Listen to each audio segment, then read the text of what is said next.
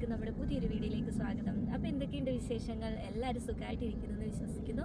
അപ്പോൾ എന്താ പറയുന്നത്, ഞാനിവിടെ ജർമ്മനിയിൽ എത്തിയിട്ട് ഇന്ന് 2 വർഷമായി കേട്ടോ. അപ്പോൾ ഈ ഒരു 2 വർഷത്തെ ജേർണിയിൽ നിങ്ങൾ പലരും എൻ്റെ കൂടെ ഉണ്ടായിരുന്നു. അപ്പോൾ ഞാൻ വന്ന വഴി അല്ലെങ്കിൽ ഞാൻ ഈ ഒരു 2 വർഷം കഴിയുന്ന സമയത്ത് എന്തെല്ലാം കാര്യങ്ങൾ ഫേസ് ചെയ്തു, എന്തൊക്കെ സ്ട്രഗിളിൽ കൂടെ ഞാൻ കടന്നുപോയി, ഇതൊക്കെ നിങ്ങൾ പലരും കണ്ടവരാണ്. സത്യം പറഞ്ഞാൽ എന്താ പറയുന്നത്, സമയമൊക്കെ എന്ത് പെട്ടെന്നാണ് പോകുന്നത് അല്ലേ. ഞാനിവിടെ വന്ന സമയത്ത് പലപ്പോഴും ഞാൻ ചിന്തിച്ചിട്ടുണ്ട് തിരിച്ചു പോയാലോ എന്നൊക്കെ ഞാൻ ഒരുപാട് പ്രാവശ്യം ചിന്തിച്ചിട്ടുണ്ട്. പക്ഷേ എങ്കിലും ഞാനിവിടെ ഇപ്പോൾ 2 വർഷം എന്താ പറയുന്നത് പിടിച്ചു നിന്നു, അല്ലെങ്കിൽ ഇവിടെ ഇത്രയും കഷ്ടപ്പാടിലൂടെയൊക്കെ വന്നിട്ട് ഞാനിവിടെ ഈ ഒരു 2 വർഷം പൂർത്തിയാക്കി എന്ന് പറയുന്നതിൽ എനിക്ക് ഭയങ്കര സന്തോഷമുണ്ട്.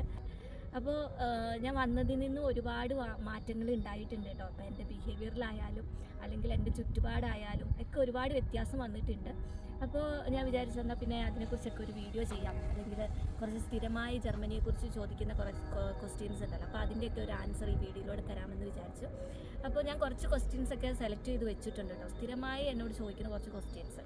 അപ്പോൾ അത് കൂടാതെ നിങ്ങൾക്ക് എന്തെങ്കിലുമൊക്കെ ഡൗട്ട്സ് ഉണ്ടെന്നുണ്ടെങ്കിൽ നിങ്ങൾ കമൻറ്റ് ചെയ്താൽ മതി. അപ്പോൾ ഞാൻ അടുത്ത വീഡിയോയിൽ അത് ഉൾപ്പെടുത്തുന്നതാണ്. അപ്പോൾ നമുക്ക് നോക്കിയാലോ എന്തൊക്കെയാണ് നമ്മളോട് സ്ഥിരമായിട്ട് ചോദിക്കുന്ന ക്വസ്റ്റ്യൻസ് എന്ന്.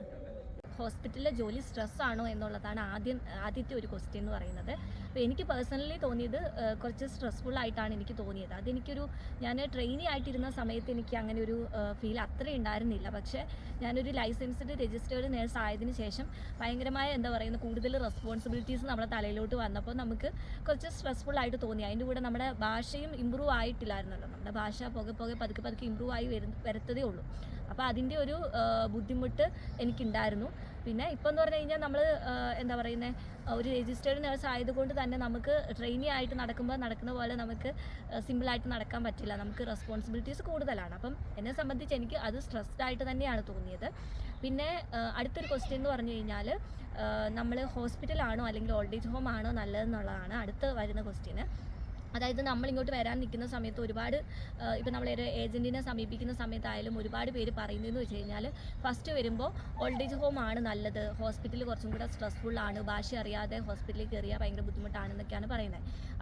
അതിൽ കുറേയൊക്കെ ശരിയാണ്. ഞാനും ഈ പറഞ്ഞ പോലെ തന്നെ എനിക്ക് ഓൾഡ് ഏജ് ഹോമിലേക്ക് എന്താ പറയുന്നത്, ആദ്യം ഓൾഡ് ഏജ് ഹോമിലേക്ക് വിടാമെന്നാണ് പറഞ്ഞിരുന്നത് ഏജൻറ്റ്. അപ്പം ഞാൻ പറഞ്ഞു എനിക്ക് ഹോസ്പിറ്റലിൽ വർക്ക് ചെയ്യാനാണ് താല്പര്യം. കാരണം ഞാൻ പഠിച്ചിറങ്ങിയതിന് ശേഷം ഹോസ്പിറ്റലിൽ അങ്ങനെ വർക്ക് ചെയ്തിട്ടില്ല. എനിക്ക് എക്സ്പീരിയൻസ് ഇല്ലാത്തതുകൊണ്ട് തന്നെ എനിക്ക് കുറച്ചെങ്കിലും എക്സ്പീരിയൻസ് വേണമെന്നുള്ളൊരാഗ്രഹത്തിൻ്റെ പുറത്ത് ഞാൻ പറഞ്ഞു എനിക്ക് ഹോസ്പിറ്റലിൽ മതി എന്ന് പറഞ്ഞു. പക്ഷേ ഞാനിവിടെ വന്ന സമയത്ത് എനിക്ക് സ്റ്റാർട്ടിങ്ങിൽ ലാംഗ്വേജ് ഇല്ലാത്തതിൻ്റെ ഭയങ്കരമായ ഒരു പ്രശ്നം എനിക്കുണ്ടായിരുന്നു. ഞാൻ B2 കംപ്ലീറ്റ് ചെയ്തിട്ടാണ് വന്നത്. പക്ഷേ എങ്കിലും എന്താ പറയുന്നത്, ഞാനൊക്കെ പഠിക്കുന്ന സമയത്ത് അന്ന് മെഡിക്കൽ ജർമ്മൻ കോഴ്സുകളൊന്നും അവൈലബിൾ അല്ല. അതായത് നമ്മളിവിടെ മെഡിക്കൽ ജർമ്മൻ അറിയാതെ നമ്മൾ ഹോസ്പിറ്റലിലേക്ക് ചെല്ലുമ്പോൾ നമുക്ക് നല്ലൊരു ബുദ്ധിമുട്ട് സ്റ്റാർട്ടിങ്ങിലുണ്ട്. കാരണം നമുക്ക് ഒന്നിൻ്റെയും പേരുകളോ കാര്യങ്ങളോ ഒന്നും അറിയില്ല. മെഡിസിൻസിൻ്റെ ഒക്കെ ആയാലും പേരുകളൊക്കെ ഭയങ്കര വ്യത്യാസമാണ് ഇവിടെ. അതിൻ്റെ കൂടെ എക്സ്പീരിയൻസ് ഇല്ലാത്തതിൻ്റെ ബുദ്ധിമുട്ട് നല്ലോണം ഉണ്ടായിരുന്നു. അങ്ങനെ പക്ഷേ ഓൾഡ് ഏജ് ഹോം ആകുമ്പോഴത്തേക്കിനും എന്താ പറയുന്നത്, ഈസി ആണോ എന്ന് ചോദിച്ചു കഴിഞ്ഞാൽ അത് നമുക്ക് ഈസി ആണെന്നൊന്നും പറയാൻ പറ്റില്ല. അവിടെയും ഈ പറഞ്ഞ പോലെ തന്നെ നമുക്ക് ലാംഗ്വേജിൻ്റെ ഒരു ഇഷ്യൂ വരുന്നുണ്ട്. പിന്നെ മെഡിക്കലായിട്ടുള്ള എന്താ പറയുന്നത് കുറേ പ്രൊസീജിയേഴ്സ് അല്ലെങ്കിൽ മെഡിക്കൽ റെസ്പോൺസിബിലിറ്റീസ് ഹോസ്പിറ്റലിൽ അത്രയും അവിടെ ഇല്ല. അപ്പോൾ അതുകൊണ്ട് തന്നെ നമ്മൾ സ്ഥിരമായിട്ട് കുറച്ച് നാൾ നിന്ന് കഴിയുമ്പോൾ നമുക്ക് പെട്ടെന്ന് കാര്യങ്ങൾ ക്യാച്ച് ചെയ്യാൻ പറ്റും. പക്ഷേ ഹോസ്പിറ്റലാകുമ്പോൾ ഓരോ ദിവസവും നമുക്ക് കാര്യങ്ങൾ മാറി വരും. ഓരോ ദിവസവും പല പേഷ്യൻസ് ആണ് വരുന്നത്. ഓരോ പേഷ്യൻറ്റിനും പല രീതിയിലുള്ള പ്രൊസീജിയേഴ്സ് ആയിരിക്കും, പല രീതിയിലുള്ള മെഡിസിൻസ് ആയിരിക്കും. അപ്പം ഡെയിലി നമ്മൾ പല ആൾക്കാരെയാണ് കാണുന്നത്. അപ്പോൾ അവരുടെ എല്ലാം ഇപ്പോൾ ജർമ്മൻ സംസാരിക്കുന്ന സ്ലാങ് ഒരുപോലെ ആവണമെന്നില്ല. അപ്പോൾ അതിൻ്റെയൊക്കെ ഒരു ബുദ്ധിമുട്ട് നമുക്ക് ഉണ്ടാവും. അപ്പോൾ ഏതാണ് ബെറ്റർ എന്ന് ചോദിച്ചു കഴിഞ്ഞാൽ എന്താ പറയുന്നത്, എനിക്ക് അങ്ങനെ ഒരു ഇത് പറയാൻ പറ്റില്ല. രണ്ടിനും അതിൻ്റേതായ പോസിറ്റീവും നെഗറ്റീവും ഉണ്ട്. അതൊക്കെ നമ്മുടെ ഓരോരുത്തരുടെയും ചോയ്സാണ്. രണ്ടും മോശമല്ല. ഇപ്പോൾ ഓൾഡ് ഏജ് ഹോമിൽ വർക്ക് ചെയ്താലും ഹോസ്പിറ്റലിൽ വർക്ക് ചെയ്താലും നമുക്ക് സാലറിയിലൊന്നും വലിയ വ്യത്യാസമോ കാര്യങ്ങളോ ഒന്നുമില്ല. പിന്നെ ഓൾഡ് ഏജ് ഹോമിൽ വർക്ക് ചെയ്യുന്നത് കൊണ്ട് ഫാമിലീനെ കൊണ്ടുവരാൻ പറ്റില്ലേ എന്നൊക്കെ ചോദിക്കുന്നുണ്ട്. അങ്ങനെയൊന്നുമില്ല. നമ്മൾ അവിടെയും വർക്ക് ചെയ്യുന്നതൊക്കെ രജിസ്റ്റേർഡ് ആയിട്ടുള്ള ലൈസൻസ്ഡ് രജിസ്റ്റേർഡ് നേഴ്സുമാരാണ്. അപ്പോൾ അവർക്കും ഫാമിലീനെ കൊണ്ടുവരാം. എൻ്റെ ഒത്തിരി ഫ്രണ്ട്സ് ഓൾഡ് ഏജ് ഹോമിൽ വർക്ക് ചെയ്യുന്നുണ്ട്. അവരൊക്കെ അവരുടെ ഫാമിലീനെ കൊണ്ടുവന്നിട്ടുണ്ട്. അപ്പോൾ അങ്ങനെ ഒരു വിഷമമൊന്നും വേണ്ട. പിന്നെ ഇപ്പം നിങ്ങൾക്ക് ഓൾഡ് ഏജ് ഹോമിലേക്ക് നിങ്ങളിപ്പോൾ വന്നെന്ന് വെച്ചോ, അപ്പോൾ വന്നു കഴിഞ്ഞിട്ട് നിങ്ങൾക്ക് ഹോസ്പിറ്റലിലേക്ക് മാറാൻ പറ്റില്ലേ എന്നൊക്കെ ചോദിക്കുന്നവരുണ്ട്. അങ്ങനെ പ്രശ്നമൊന്നുമില്ല. നിങ്ങൾ വന്നിട്ട് ഇപ്പോൾ നമ്മൾ ചില ഓൾഡ് ഏജ് ഹോം അല്ലെങ്കിൽ ഹോസ്പിറ്റലുമായിട്ട് നമുക്കൊരു ലോങ് ടൈം കോൺട്രാക്റ്റ് ഉണ്ടായിരിക്കും. അതായത് ഇപ്പോൾ ഞാൻ വർക്ക് ചെയ്യുന്ന ഹോസ്പിറ്റലുമായിട്ട് എനിക്ക് 2 വർഷത്തെ കോൺട്രാക്റ്റ് ഉണ്ട്. അതായത് ഞാൻ എൻ്റെ ലൈസൻസ് കിട്ടിയതിന് ശേഷം ഈ ഹോസ്പിറ്റലിൽ 2 വർഷം വർക്ക് ചെയ്തോളാം എന്നൊരു കോൺട്രാക്റ്റിൻ്റെ പുറത്താണ് ഞാനിവിടെ വർക്ക് ചെയ്യുന്നത്. അപ്പോൾ അവരെനിക്ക് ലൈസൻസിനുള്ള എൻ്റെ അഡാപ്റ്റേഷൻ കോഴ്സും അതിൻ്റെ ചിലവുകളും കാര്യങ്ങളും എല്ലാം അവരായിരുന്നു നോക്കിയിരുന്നത്. അപ്പോൾ അതുകൊണ്ട് തന്നെ ഞാൻ എന്തെങ്കിലും കാരണവശാൽ ഇവിടുന്ന് മാറുവാണെങ്കിൽ അതായത് ഈ കാലാവധി കഴിയുന്നതിന് മുന്നേ മാറുവാണെങ്കിൽ അവർ പറയുന്ന ഒരു എമൗണ്ട് ഏതാണ്ട് 5000 യൂറോ ഏതാണ്ടാണ് ഞാൻ അവർക്ക് കൊടുക്കേണ്ടതായിട്ട് വരും. അപ്പോൾ എന്നാലേ എനിക്ക് ഇവിടുന്ന് മാറാൻ പറ്റുള്ളൂ. അല്ലാത്ത പക്ഷം കോൺട്രാക്റ്റ് അവസാനിക്കുമ്പോൾ എനിക്ക് എപ്പോൾ വേണമെങ്കിലും ഇവിടുന്ന് മാറാം. അപ്പോൾ അതുപോലൊരു കോൺട്രാക്റ്റ് നിങ്ങൾ നിങ്ങളുടെ ഓൾഡ് ഹോമായിട്ട് മെയിൻറ്റെയിൻ ചെയ്യുന്നില്ല എന്നുണ്ടെങ്കിൽ നിങ്ങൾക്ക് ഇവിടെ വന്നതിന് ശേഷം നിങ്ങളുടെ ഭാഷയൊക്കെ ഒന്ന് ഇമ്പ്രൂവ് ആയതിനു ശേഷം നിങ്ങൾക്കൊരു കോൺഫിഡൻസ് ആയിക്കഴിഞ്ഞാൽ നിങ്ങൾക്ക് ഹോസ്പിറ്റലിലേക്ക് മാറാവുന്നതാണ്. അതിന് അങ്ങനെ വിഷമിക്കേണ്ട ആവശ്യമൊന്നുമില്ല. ഈ പറഞ്ഞ പോലെ ഹോസ്പിറ്റലിൽ വർക്ക് ചെയ്യുന്നത് ആണ് നല്ലത്, അല്ലെങ്കിൽ ഓൾഡ് ഏജ് ഹോമിൽ വർക്ക് ചെയ്യുന്നത് മോശമാണ്, അങ്ങനെയൊന്നുമില്ല. എല്ലായിടത്തും എന്താ പറയുന്നത്, എല്ലാ ജോലിക്കും അതിൻ്റേതായ റെസ്പെക്റ്റ് ഉണ്ട്. എല്ലാം ഒരുപോലെയാണ്. അവിടെയും ഈ പറഞ്ഞ പോലെ ക്വാളിഫൈഡ് ആയിട്ടുള്ള നഴ്സുമാരാണ് വർക്ക് ചെയ്യുന്നത്, ഇവിടെയും അങ്ങനെ തന്നെയാണ്. അപ്പോൾ അതിലൊന്നും ആരും വിഷമിക്കേണ്ട കേട്ടോ. ഇതൊക്കെ നിങ്ങളുടെ മാത്രം ചോയ്സാണ്. പിന്നെ ഹോസ്പിറ്റലിൽ വന്നതുകൊണ്ട് നമുക്ക് ഭയങ്കര സ്ട്രെസ്സാണോ ബുദ്ധിമുട്ടാണോ എന്ന് ചോദിച്ചു കഴിഞ്ഞാൽ ശരിയാണ്. ആദ്യത്തെ ഒരു 5-6 മാസം നമുക്കിവർ പറയണമൊന്നും ശരിക്കും പറഞ്ഞു കഴിഞ്ഞാൽ ആദ്യത്തെ ആ ഒരു സ്ട്രെസ്സ് കാരണമാണോ എനിക്കൊന്നും മനസ്സിലാവുന്നുണ്ടായിരുന്നില്ല. ഞാൻ ആകെ ഒരു ബ്ലാങ്ക് ആയിട്ടുള്ളൊരവസ്ഥയായിരുന്നു. പിന്നെ എനിക്ക് കുറേ കാര്യങ്ങൾ നമ്മുടെ ഡെയിലി റിപ്പീറ്റഡ് ആയിട്ട് ചെയ്യുന്ന കുറേ കാര്യങ്ങൾ നമുക്ക് മനസ്സിലായി തുടങ്ങും. പിന്നെ എന്താ പറയുന്നത്, നമ്മുടെ കൂടെ ഉള്ളവർ ഭയങ്കര സപ്പോർട്ടിങ് ആണെങ്കിൽ നമ്മൾ നന്നായിട്ട് ഇമ്പ്രൂവ് ആവും. അപ്പോൾ എനിക്ക് കുറച്ച് സമയം എടുത്തു. അപ്പോൾ എന്നെ ഈ ഒരു 2 വർഷത്തോളം കണ്ടുകൊണ്ടിരിക്കുന്ന നിങ്ങൾക്കറിയാം എന്തൊക്കെ പ്രശ്നങ്ങളിലൂടെയാണ് ഞാൻ കടന്നുപോയി ഇവിടെ വന്ന് നിൽക്കുന്നതെന്നുള്ളത്. അപ്പോൾ എന്താ പറയുന്നത്, അതൊക്കെയാണ് എനിക്ക് അതിനെക്കുറിച്ച് പറയാനുള്ളത്.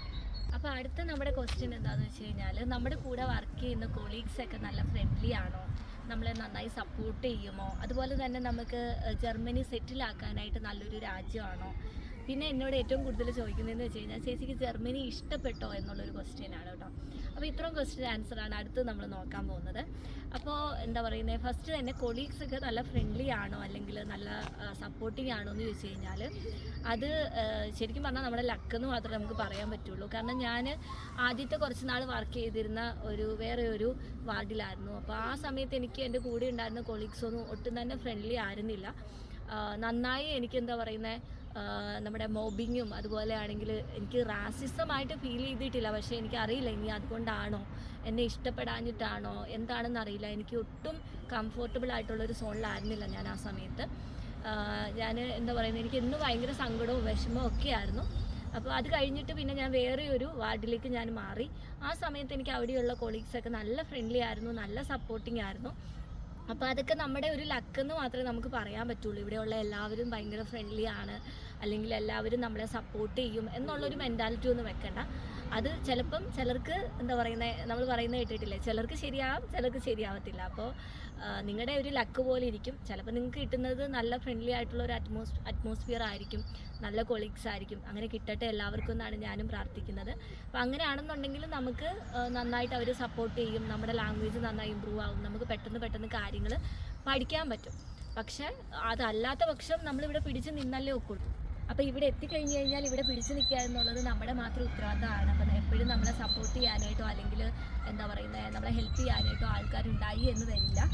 അപ്പോൾ നമ്മളൊരു ഗ്രൂപ്പായിട്ടൊക്കെയാണ് വരുന്നതെങ്കിൽ നമുക്ക് കുറച്ചും കൂടെ സപ്പോർട്ടിങ് ആയിരിക്കും. കാരണം നമുക്ക് അങ്ങോട്ടും ഇങ്ങോട്ടും ഒരു പരസ്പരം സപ്പോർട്ട് ചെയ്യാനായിട്ടും ഒക്കെ പറ്റും. ഇപ്പോൾ ഞാനൊക്കെ വന്നതെന്ന് പറഞ്ഞു കഴിഞ്ഞാൽ ഒറ്റയ്ക്കാണ് വന്നത്. അതുകൊണ്ട് തന്നെ ഇവിടെ സർവൈവ് ചെയ്യാനായിട്ട് ഞാൻ ഒത്തിരി കഷ്ടപ്പെട്ടിട്ടുണ്ട്. അപ്പം എന്നെ ഈ ഒരു 2 വർഷം കണ്ട നിങ്ങൾക്കറിയാം ഞാൻ എന്തൊക്കെ പ്രശ്നങ്ങളിൽ കൂടെ കടന്നു പോയിട്ടാണ് ഇന്നിവിടെ നിൽക്കുന്നതെന്ന്. അപ്പോൾ അതിനുള്ള ആൻസർ അതാണ്. ഇനി അടുത്ത ക്വസ്റ്റ്യൻ നോക്കാം. അപ്പോൾ അടുത്തത് നമുക്ക് സ്ഥിരമായി വരുന്നൊരു ക്വസ്റ്റ്യനാണ്, നമ്മൾ ജർമ്മനിയിൽ ഒരുപാട് ടാക്സ് കൊടുക്കേണ്ടതായിട്ട് വരുമോ, നമുക്ക് കിട്ടുന്ന സാലറിയിൽ നിന്ന് എന്തെങ്കിലും സേവിങ്സ് ഉണ്ടാവുമോ, അതുപോലെ തന്നെ നമ്മളിപ്പോൾ നമ്മുടെ ഫാമിലീനെ ഇങ്ങോട്ട് കൊണ്ടുവന്നു കഴിഞ്ഞാൽ നമ്മൾ ഒരാൾ മാത്രമേ വർക്ക് ചെയ്യുന്നുള്ളെങ്കിൽ നമുക്ക് ഫാമിലീനെ മെയിൻറ്റെയിൻ ചെയ്യാൻ പറ്റുമോ, അല്ലെങ്കിൽ അവരുടെ ആ ഒരു എക്സ്പെൻസ് നമുക്ക് മീറ്റ് ചെയ്യാൻ പറ്റുമോ, അത് കഴിഞ്ഞ് നമുക്ക് എന്തെങ്കിലും സേവിങ്സ് നമ്മുടെ കയ്യിൽ ഉണ്ടാവുമോ, പിന്നെ നമ്മുടെ പാർട്ട്ണർക്ക് ഇപ്പോൾ ഇവിടെ വന്നു കഴിഞ്ഞ് കഴിഞ്ഞാൽ പെട്ടെന്ന് തന്നെ ഒരു ജോലി കണ്ടുപിടിക്കാൻ നമുക്ക് സാധിക്കുമോ. അപ്പോൾ ഇത്രയും ക്വസ്റ്റ്യനാണ് പിന്നെ നമുക്ക് സ്ഥിരമായി വരുന്നത്. അപ്പോൾ നമ്മൾ ട്രെയിനി ആയിട്ട് വരുന്ന സമയത്ത്, അതായത് ട്രെയിനിന്ന് ഞാൻ ഉദ്ദേശിച്ചത് നമ്മളിപ്പോൾ ഇവിടേക്ക് നമ്മുടെ രജിസ്ട്രേഷൻ വെക്കുന്ന സമയത്ത് നമുക്ക് ഹാഫ് അക്സെപ്റ്റൻസ് ആണ് കിട്ടുന്നതെങ്കിൽ നമ്മളിവിടെ വന്നിട്ട് 1 വർഷത്തോളം ഒരു അഡാപ്റ്റേഷൻ കോഴ്സ് ചെയ്യേണ്ടതായിട്ടുണ്ട്. അപ്പോൾ ആ ഒരു ടൈമിൽ നമുക്ക് ഒരു ഫുൾ രജിസ്റ്റേർഡ് നഴ്സിന് കിട്ടുന്ന സാലറി നമുക്ക് കിട്ടില്ല. അപ്പോൾ അതാണ് നമ്മുടെ ട്രെയിനിങ് പീരീഡ്.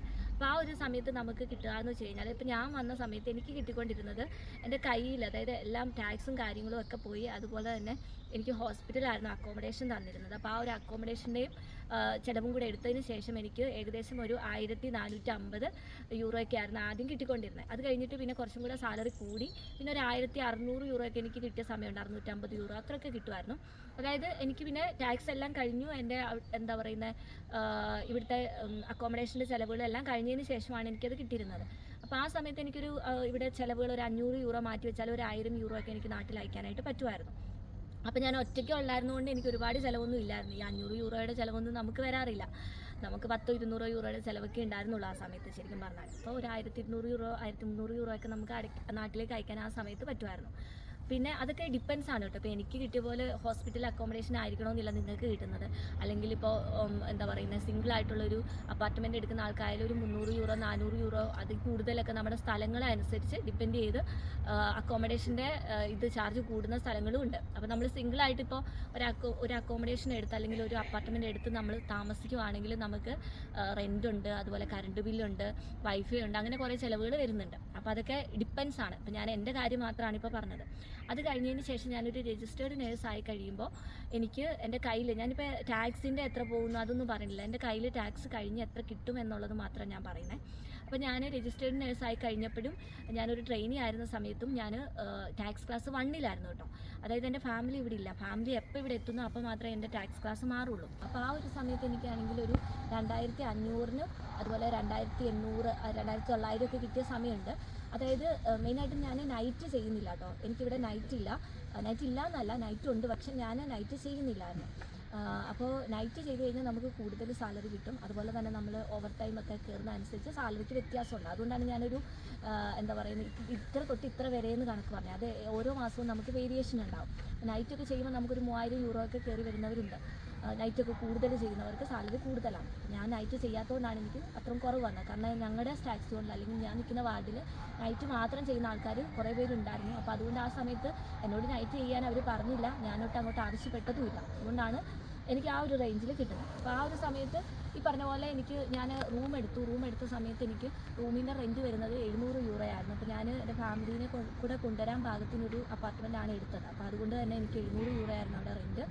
പിന്നെ എന്താ പറയുന്നത്, കറണ്ട് ബില്ല്, അതുപോലെ കറണ്ട് ബില്ല് 55 യൂറോ വരുമായിരുന്നു. പിന്നെ നമ്മുടെ വൈഫൈ ഞാൻ എടുത്തിട്ടുണ്ടായിരുന്നു. അപ്പോൾ അതിന് എനിക്ക് 42 യൂറോ ആയിരുന്നു വൈഫൈയുടെ ചാർജ്. പിന്നെ എൻ്റെ ഡോയ്ച്ച്ലാൻഡ് ടിക്കറ്റിന് 49 യൂറോ ആയിരുന്നു അന്ന്.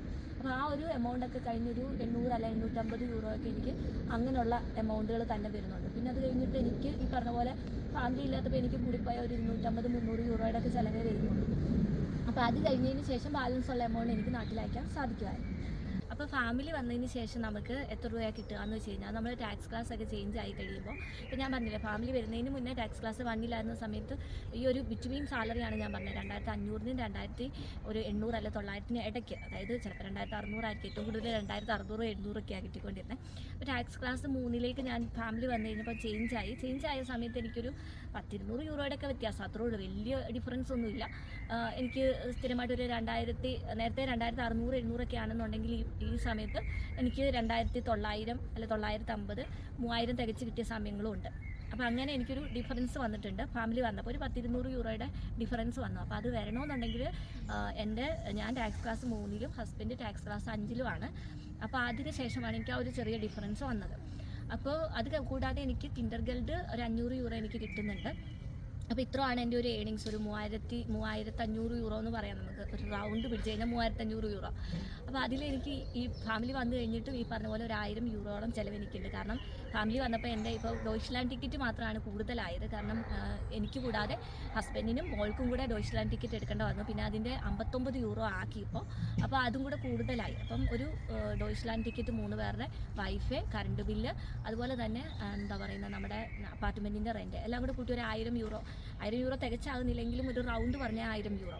പിന്നെ ഫാമിലി വന്നു കഴിഞ്ഞപ്പോൾ നമ്മുടെ സ്വാഭാവികമായിട്ടും നമ്മുടെ ചിലവ് കൂടുമല്ലോ. അപ്പോൾ ഒരു 500 യൂറോളം മിനിമം എങ്ങനെ കളിച്ചാലും വീട്ടു സാധനങ്ങളുടെ ചിലവ് 500 യൂറോളം എനിക്ക് ആവുന്നുണ്ട്. അപ്പോൾ അത് കഴിഞ്ഞതിന് ശേഷം ബാലൻസ് ഉള്ള എമൗണ്ട് എനിക്ക് സേവ് ചെയ്യാൻ പറ്റുന്നുണ്ട്. പക്ഷേ ഞാനത് പെട്ടെന്ന് തന്നെ നാട്ടിലേക്ക് ഞാനങ്ങനെ അയക്കാറില്ല. കാരണം എന്ന് വെച്ച് കഴിഞ്ഞാൽ നമ്മൾ ഫാമിലി ആയിട്ട് നിൽക്കുമ്പോൾ നമ്മുടെ കയ്യിൽ എന്തെങ്കിലും കുറച്ച് പൈസ കരുതണമല്ലോ. അപ്പം ഞാൻ ആദ്യമൊക്കെ ചെയ്തുകൊണ്ടിരുന്നത്, ആദ്യത്തെ മാസം ഞാൻ അയച്ചിട്ടില്ല, ഒരു മാസത്തെ സാലറി ഞാൻ സേവ് ചെയ്ത് കയ്യിൽ പിടിച്ചുകൊണ്ട് പിറ്റേ മാസം സാലറി വരുമ്പോൾ ഈ കഴിഞ്ഞ മാസം പിടിച്ചു വെച്ച സാലറിയും അതുപോലെ കിൻഡർഗാർട്ടൻ കിട്ടുന്ന പൈസയും കൂടെ നാട്ടിലേക്ക് അയക്കും. അപ്പോൾ ഈ മാസത്തെ സാലറി അവിടെ ഉണ്ടാവും. അപ്പോൾ അങ്ങനെയാണ് ഞാൻ മെയിൻറ്റെയിൻ ചെയ്തുകൊണ്ട് പോകുന്നത്. കാരണം നമ്മൾ ഫാമിലി ആയിട്ട് നിൽക്കുന്നതാണ്, എപ്പോഴാണ് നമുക്കൊരു ആവശ്യം വരുന്നതെന്ന് പറയാൻ പറ്റില്ല. എങ്ങനെ കളിച്ചാലും 1000 യൂറോ എനിക്ക് നാട്ടിലേക്ക് അയക്കാനായിട്ട് പറ്റുന്നുണ്ട്. 1000, 1200, 1300 യൂറോ ഒക്കെ അയക്കാറുണ്ട്. ചിലപ്പോൾ ചില സമയങ്ങളിൽ നമുക്ക് കൂടുതൽ പൈസ കയറാറുണ്ട്. എന്താ പറയുന്നത്, ഇപ്പോൾ ക്രിസ്മസ് ഒക്കെ വരുന്ന സമയത്ത് നമുക്ക് പൈസ കൂടുതൽ കയറാറുണ്ട്. അപ്പോൾ ആ പൈസയൊക്കെ നമ്മൾ സേവ് ചെയ്യാറുണ്ട്. അപ്പോൾ ഒരാൾ മാത്രം വർക്ക് ചെയ്താലും അതൊക്കെ എനിക്ക് ഏൺ ചെയ്യാനായിട്ട് പറ്റുന്നുണ്ട്. പിന്നെ 2 പേരും കൂടെ വർക്ക് ചെയ്യുന്നുണ്ടെന്നുണ്ടെങ്കിൽ, ഇപ്പോൾ ഹസ്ബൻഡിന് ഒരു പാർട്ട് ടൈം ജോലിയൊക്കെ ഉണ്ടെന്നുണ്ടെങ്കിൽ നമുക്ക് ഉറപ്പായിട്ടും ആ ഒരു എമൗണ്ട് നമുക്ക് സേവ് ചെയ്യാനായിട്ട് പറ്റും. പിന്നെ ഇതൊക്കെ ഓരോരുത്തരുടെ ഡിപ്പെൻസ് ആണ് കേട്ടോ. അപ്പോൾ എൻ്റെ ചിലവുകളല്ല നിങ്ങൾക്ക്, അപ്പോൾ അതനുസരിച്ച് വ്യത്യാസം ഉണ്ടാവും. അപ്പോൾ പിന്നെ സ്ഥിരമായിട്ട് ചോദിക്കാറുള്ളൊരു ക്വസ്റ്റ്യൻ എന്ന് പറഞ്ഞു കഴിഞ്ഞാൽ നമ്മുടെ സ്പൗസിന് ഇവിടെ പെട്ടെന്ന് ഒരു ജോലി കണ്ടുപിടിക്കാൻ സാധിക്കുമോ എന്നുള്ളതാണ്. അപ്പോൾ നമ്മുടെ സ്പൗസിന് ഇപ്പോൾ ജർമ്മൻ ലാംഗ്വേജ് പ്രൊഫിഷ്യൻസി ഉണ്ടെങ്കിൽ, ഇപ്പോൾ ഒരു A1 ലെവലൊക്കെ വെച്ച് നമുക്ക് അത്യാവശ്യം തട്ടിമുട്ടിയൊക്കെ പറഞ്ഞിരിക്കാനേ പറ്റുള്ളൂ. ഇപ്പോൾ ഒരു B1, B2 ലെവലൊക്കെ ഉണ്ടെങ്കിൽ നമുക്ക് ജോലി കണ്ടുപിടിക്കുക എന്നുള്ളത് കുറച്ചും കൂടെ എളുപ്പമാണ്. ഇപ്പോൾ ഭാഷയില്ലാത്ത പക്ഷം നമുക്ക് ജോലി കിട്ടില്ല എന്നല്ല. ഇപ്പോൾ ആമസോണൊക്കെ പോലെയുള്ള സ്ഥാപനങ്ങളൊക്കെ ഉണ്ടല്ലോ, അപ്പോൾ അതിൻ്റെയൊക്കെ വെയർ ഹൗസുകളിൽ നമുക്ക് വർക്ക് ചെയ്യാം. ഹോട്ടലുകളിലൊക്കെ നമുക്ക് ക്ലീനിങ് അങ്ങനെയുള്ള പരിപാടികളൊക്കെ ചെയ്യാം. അങ്ങനെയുള്ള ചെറിയ ചെറിയ ജോലികൾ നമുക്ക് കിട്ടില്ല എന്നല്ല, നമ്മൾ കുറച്ച് കണ്ടുപിടിച്ച് നമ്മൾ സ്ട്രഗിൾ ചെയ്യേണ്ടി വരും അതിന് വേണ്ടി. ഇപ്പോൾ നേഴ്സുമാരാണെന്നുണ്ടെങ്കിൽ നമുക്ക് എന്താ പറയുന്നത്, ഓൾഡ് ഏജ് ഹോമുകൾ അങ്ങനെയുള്ള സ്ഥലങ്ങളിലൊക്കെ നമുക്ക് ജോലി കിട്ടാനായിട്ടുള്ള ചാൻസ് ഉണ്ട്. ഇപ്പോൾ ലാംഗ്വേജ് നമുക്ക് ഒരുപാട് ഇല്ലെങ്കിലും നമുക്ക് കിട്ടും. ഇപ്പോൾ എൻ്റെ ഫ്രണ്ടൊക്കെ കൊണ്ടുവന്നിട്ട് ഹസ്ബൻഡിന് A1 മാത്രമേ ഉള്ളൂ. അത് വെച്ചിട്ട് പുള്ളിക്കാരിയുടെ ഹസ്ബൻഡ് നേഴ്സ് ആയതുകൊണ്ട് തന്നെ പുള്ളിക്കാരന് പെട്ടെന്ന് തന്നെ ജോലി കിട്ടിയിട്ടുണ്ട്. അപ്പോൾ അതൊക്കെ ഒരു ലക്കാണ്. പിന്നെ കിട്ടില്ല എന്നല്ല, കുറച്ച് സ്ട്രഗിൾ ഉണ്ട് അത് കിട്ടാനായിട്ട്, കാരണം ലാംഗ്വേജ് ഇല്ലാത്തതുകൊണ്ട്. ഇപ്പോൾ ഭാഷ ഉണ്ടെന്നുണ്ടെങ്കിൽ നമുക്ക് പെട്ടെന്ന് തന്നെ ഒരു ജോലി കണ്ടുപിടിക്കാനായിട്ട്, അല്ലെങ്കിൽ നമുക്കൊരു ഹൗസ് ബിൽഡിങ് ചെയ്യാനായിട്ട് ഇവിടെ എളുപ്പമാണ്. അപ്പോൾ അതാണ് അതിനുള്ള ഒരു ആൻസർ. അപ്പോൾ അടുത്തൊരു ക്വസ്റ്റ്യൻ എന്ന് പറഞ്ഞു കഴിഞ്ഞാൽ, നമ്മളിവിടെ വന്നതിന് ശേഷം നമ്മുടെ ജർമ്മൻ ലാംഗ്വേജ് പെട്ടെന്ന് തന്നെ ഇമ്പ്രൂവ് ആകുമോ, അല്ലെങ്കിൽ അവർ പറയുന്നതൊക്കെ നമുക്ക് മനസ്സിലാവുമോ, അത് എത്ര സമയം എടുക്കും നമുക്ക് ഇമ്പ്രൂവ് ആവാനായിട്ട്, നമുക്ക് നന്നായിട്ട് സംസാരിക്കാൻ പറ്റുമോ, അല്ലെങ്കിൽ കേൾക്കുന്നതൊക്കെ മനസ്സിലാകുമോ എന്നൊക്കെയാണ് ഒരുപാട് സംശയങ്ങൾ വേറെ ചോദിക്കുന്നത്. അപ്പോൾ അതെന്ന് പറഞ്ഞു കഴിഞ്ഞാൽ, ഇപ്പോൾ ഞാനിവിടെ വന്നിട്ട് എനിക്ക് ആദ്യത്തെ ഒരു 5-6 മാസം എനിക്ക് ഒരു ഐഡിയയും കിട്ടുന്നുണ്ടായിരുന്നില്ല എന്താണ് ഇവർ പറയണതെന്ന്. മെയിനായിട്ട് ഞാൻ പറഞ്ഞില്ല, എനിക്ക് മെഡിക്കൽ ജർമ്മൻ ഇല്ലാത്തതിൻ്റെ ഭയങ്കര ഒരു ഇഷ്യൂ നന്നായിട്ടുണ്ടായിരുന്നു. അപ്പോൾ അതുകൊണ്ട് തന്നെ എനിക്കത് മനസ്സിലാവുന്നുണ്ടായിരുന്നില്ല. പിന്നെ ഒരു 5-6 മാസമൊക്കെ കഴിയുമ്പോൾ ഇവർ പറയുന്ന കുറേ കാര്യങ്ങളൊക്കെ നമുക്ക് മനസ്സിലാവും. പക്ഷേ ഇപ്പോഴും ഞാനിവിടെ വന്നിട്ട്, ഞാൻ പറഞ്ഞില്ലേ 2 വർഷമായി ഇവിടെ വന്നിട്ട്, ഇപ്പോഴും ഞാൻ ജർമ്മൻ പെർഫെക്റ്റ് ആയിട്ടൊന്നും സംസാരിക്കില്ല. പക്ഷെ അത്യാവശ്യം തട്ടിമുട്ടിയൊക്കെ പറയും. പിന്നെ ഒരു 50% ഒക്കെ എനിക്ക് മനസ്സിലാവും. ഡെയിലി നമ്മൾ ചെയ്യുന്ന കാര്യങ്ങളൊക്കെ അല്ലേ, അപ്പോൾ നമുക്ക് കുറച്ചൊക്കെ മനസ്സിലാവും. പിന്നെ ചിലരുടെ സ്ലാങ് നമ്മൾ സംസാരിക്കുന്ന ഒരു രീതി നമുക്ക് മനസ്സിലാകാൻ ഇച്ചിരി ബുദ്ധിമുട്ടുണ്ട് ചിലരുടെ. എന്നാലും നമ്മൾ ഹാൻഡ് ഓവറൊക്കെ കൊടുക്കുന്ന സമയത്ത് സ്ഥിരമായിട്ട് നമ്മൾ കേൾക്കുന്ന ആയതുകൊണ്ട് നമുക്ക് കുറേ കാര്യങ്ങളൊക്കെ മനസ്സിലാവും കേട്ടോ. അതൊക്കെ എനിക്കൊരു 1 വർഷമൊക്കെ കഴിഞ്ഞിട്ടാണ് അത്യാവശ്യം ഹാൻഡ് ഓവറൊക്കെ കൊടുക്കുന്ന കാര്യങ്ങളൊക്കെ അത്യാവശ്യം മനസ്സിലായി തുടങ്ങിയത്. അപ്പോഴേക്കും ഞാൻ എൻ്റെ രജിസ്ട്രേഷൻ എക്സാമൊക്കെ കംപ്ലീറ്റ് ചെയ്ത് കഴിഞ്ഞിട്ടാണ് ശരിക്കും പറഞ്ഞാൽ അതൊക്കെ എനിക്ക് കുറേ കൂടെ മനസ്സിലായത്. അപ്പോൾ എൻ്റെ ഒരു കഴിവായിരിക്കില്ല നിങ്ങൾക്ക്, ചിലപ്പോൾ നിങ്ങൾക്ക് പെട്ടെന്ന് മനസ്സിലായേക്കാം. അപ്പോൾ ഞാൻ എൻ്റെ കാര്യം മാത്രമാണ് പറഞ്ഞത് കേട്ടോ. അതൊക്കെ ഡിപ്പെൻസ് ആണ്. അപ്പോൾ എനിക്ക് എന്താ പറയുന്നത്, പൊതുവേ ഹോറിനും അതുപോലെ ലീസിനും ഒക്കെ കുറച്ച് ബുദ്ധിമുട്ടാണ്. കാരണം എനിക്ക് സംസാരിക്കുന്നത് പിന്നെ കുറച്ചും കൂടി എനിക്ക് പറ്റുന്നുണ്ട്. പക്ഷേ എനിക്ക് കേട്ട് മനസ്സിലാക്കുക എന്നുള്ളത് ഭയങ്കര കുറച്ച് ബുദ്ധിമുട്ടായിട്ട് എനിക്ക് തോന്നിയിട്ടുണ്ട്. അതുകൊണ്ട് തന്നെ എനിക്ക് എന്താണ് പറയുന്നതെന്ന് മനസ്സിലാകാത്ത വശം എനിക്ക് ആൻസർ കൊടുക്കുക എന്ന് പറയുന്നത് ബുദ്ധിമുട്ടല്ലേ അങ്ങനെ. അപ്പോൾ അത് പോകെ ശരിയാകും. നമ്മൾ എന്നും പറഞ്ഞിട്ട് നമ്മളിവിടെ വന്നിട്ട് പെട്ടെന്ന് തന്നെ ഒരു 1-2 വർഷം കൊണ്ടൊന്നും പെർഫെക്റ്റ് ആയിട്ട് ജർമ്മൻ സംസാരിക്കാൻ തുടങ്ങുമെന്ന് എനിക്ക് തോന്നുന്നില്ല. അപ്പോൾ അതാണ് അതിനുള്ള ആൻസർ. അപ്പോൾ ഇപ്പം ഞാൻ എന്താ പറയുന്നത്, കുറേ ക്വസ്റ്റ്യൻസിന് ആൻസർ ഈ ഒരു വീഡിയോയിൽ പറഞ്ഞിട്ടുണ്ട്. അപ്പോൾ ഇനിയും കുറേ ക്വസ്റ്റ്യൻസ് ഉണ്ട്. അപ്പം കുറേ ആൾക്കാർ ഇൻസ്റ്റയിലൊക്കെ മെസ്സേജ് അയക്കാറുണ്ട്. അപ്പോൾ ആ ക്വസ്റ്റ്യൻസൊക്കെ ഞാൻ കളക്ട് ചെയ്ത് വെച്ചിട്ടുണ്ട്. അപ്പോൾ അത് ഞാൻ അടുത്തൊരു വീഡിയോ ആയിട്ട് ചെയ്യുന്നതാണ്. കാരണം ഒരുപാട് ലെങ്തി ആയാലും ബുദ്ധിമുട്ടല്ലേ. അപ്പോൾ നിങ്ങൾക്ക് ഇനി എന്തെങ്കിലും കാര്യങ്ങൾ അറിയാനുണ്ടെങ്കിൽ നിങ്ങളിത് കമൻറ്റ് ചെയ്യൂ കേട്ടോ. അപ്പോൾ ഞാനത് അടുത്ത വീഡിയോയിൽ ആ ഒരു ക്വസ്റ്റ്യൻസും കൂടി ഉൾപ്പെടുത്തുന്നതാണ്. അപ്പോൾ എന്താ പറയുന്നത്, ഈ ഒരു 2 വർഷത്തെ ജേർണിയിൽ എന്നോടൊപ്പം നിന്ന് നിങ്ങൾക്ക് എല്ലാവർക്കും ഒരുപാട് നന്ദി കേട്ടോ. അപ്പോൾ തുടർന്നും നമ്മുടെ ആ ഒരു ജേർണിയിൽ നിങ്ങളുടെ സപ്പോർട്ട് കൂടെ ഉണ്ടാവുമെന്ന് വിശ്വസിക്കുന്നു. അപ്പോൾ നിങ്ങളുടെ പ്രിയപ്പെട്ടവർക്കൊക്കെ വീഡിയോസ് ഷെയർ ചെയ്ത് കൊടുക്കാൻ മറക്കണ്ട. അപ്പോൾ അതുപോലെ തന്നെ നമ്മുടെ ചാനൽ സബ്സ്ക്രൈബ് ചെയ്യാത്തവരാണെങ്കിൽ നമ്മുടെ ചാനലൊന്ന് സബ്സ്ക്രൈബ് ചെയ്തിട്ട് വീഡിയോ കാണും കേട്ടോ. അപ്പോൾ അടുത്തൊരു വീഡിയോയിൽ കാണുന്നവരേക്കും എല്ലാവർക്കും ബൈ ബൈ, ടേക്ക് കെയർ.